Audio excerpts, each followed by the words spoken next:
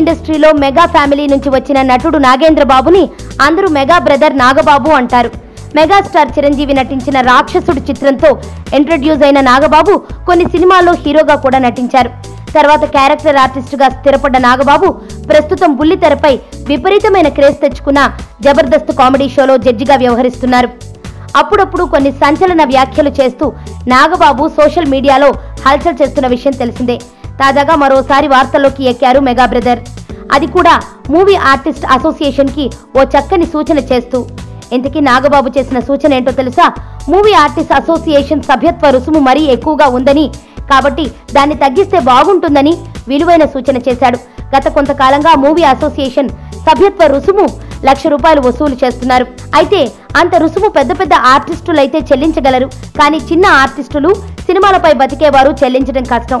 పెద్ద మొత్తంలో రెమ్యూనరేషన్ అందుకునే వాళ్ళు తక్కువగా ఉంటారు. మిగతా వాళ్ళంతా రోజు కూలీలాగా ఉపాధి పొందుతున్నారు. పైగా సినిమాల్లో అరకొర వేషాలే వస్తున్నాయి మిగతా నటీనటులకు. మా అసోసియేషన్ పెట్టిందే వారి కోసం కనుక సభ్యత్వ రుసుము కొంచెం తగ్గిస్తే మంచిదని సూచన ఇచ్చారు. మరి మెగా బ్రదర్ మాట వింటారో లేదో చూడాలి.